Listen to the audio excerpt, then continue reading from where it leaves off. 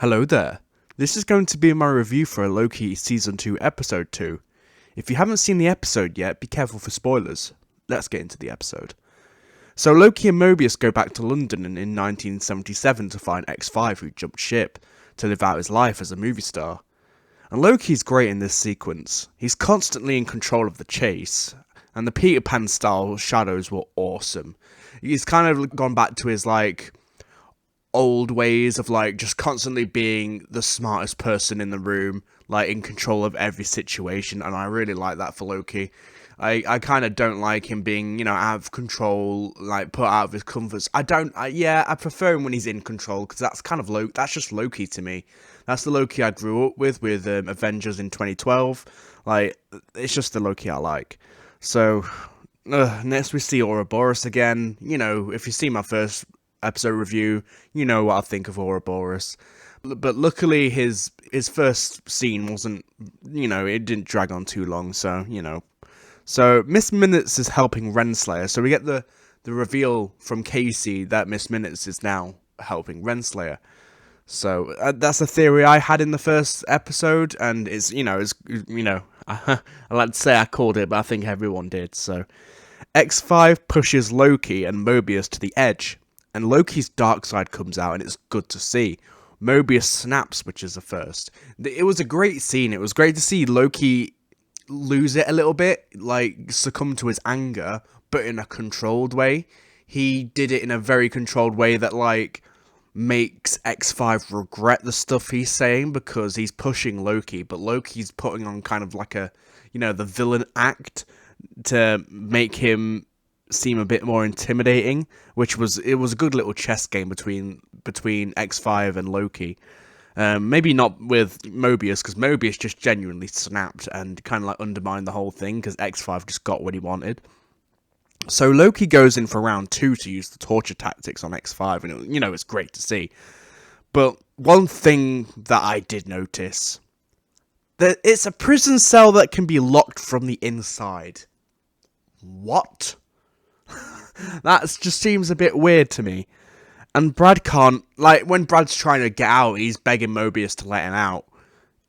If Loki locked it from the inside, couldn't Brad just unlock it from the inside? What is that all about? It's just, it was so stupid. Because you see Loki lock the door from the inside, and you just think, why can't Brad, or, why can't he just unlock the door? Why is it even a thing where a prison cell can be locked from the inside? It's just so strange. But, whatever. Whatever. So, Ouroboros now is his second scene, and Casey fanboying over him is just... Ugh. I'm getting slowly tired of the character now. It's just... I've got nothing else to say. It's just wasting time talking about him. So, Loki finds Sylvie, and Loki believes Sylvie is responsible for the TVA being destroyed, which is a reasonable assumption, I think, coming from Loki, considering their experiences. But, what I gather from the whole sequence there was, we're watching, the time skip we're seeing is the season finale, and I do believe they're working together to save the TVA, but obviously context on Loki's part is missing, but that's my predictions. So Mobius loves pie, and it's been a running thing over the episode.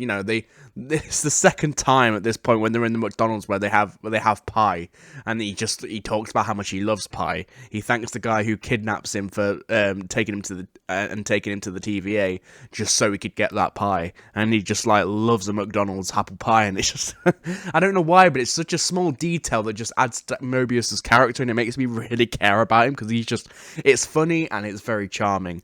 So X5 reveals Docs is going to bomb every branched timeline, which raises the question: if X5 went to the sacred timeline to become a movie star, wouldn't that mean he's on a branched timeline and putting himself in danger? Because obviously he's not been there.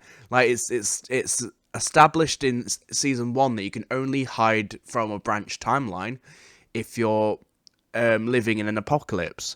That's the whole thing with Sylvie hiding in the first season, and they even bring it up in this season. She's not, she's experienced hiding in apocalypses, but they hiding in the sacred timeline, living out his life as a movie star, doesn't create a branch timeline somehow, even though he's not meant to be there, which, you know, puts him in danger if they're bombing timelines, bombing branch timelines. Like, it's a massive plot hole, really. It's a massive plot hole.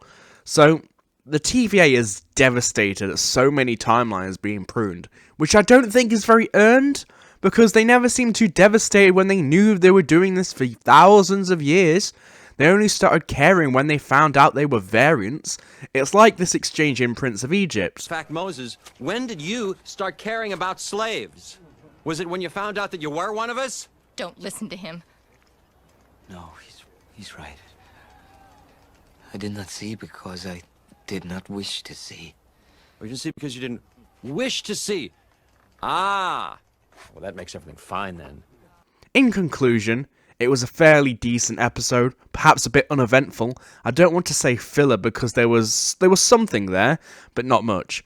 Loki's behaviour was the best thing about the episode, but as I've pointed out before, the gaps in basic logic are very distracting and drag the episode back a bit, in my opinion. Ouroboros didn't annoy me that much in the episode, but, you know, just as I started to get really tired of him in the episode, it moved on, so I can't really complain about it there. He does annoy me, but the episode moves on, so I don't have to deal with it for too long. So, yeah, that's all I've got for today, guys. Stay tuned for today's upload, which will be What If the Power Rangers Were in the MCU Part 3, which I am just about to record. Thank you guys very much for watching. Don't forget to like, subscribe, and check out the other videos. Leave a comment telling me what you want to see from the channel. But that's all for now, guys. Bye.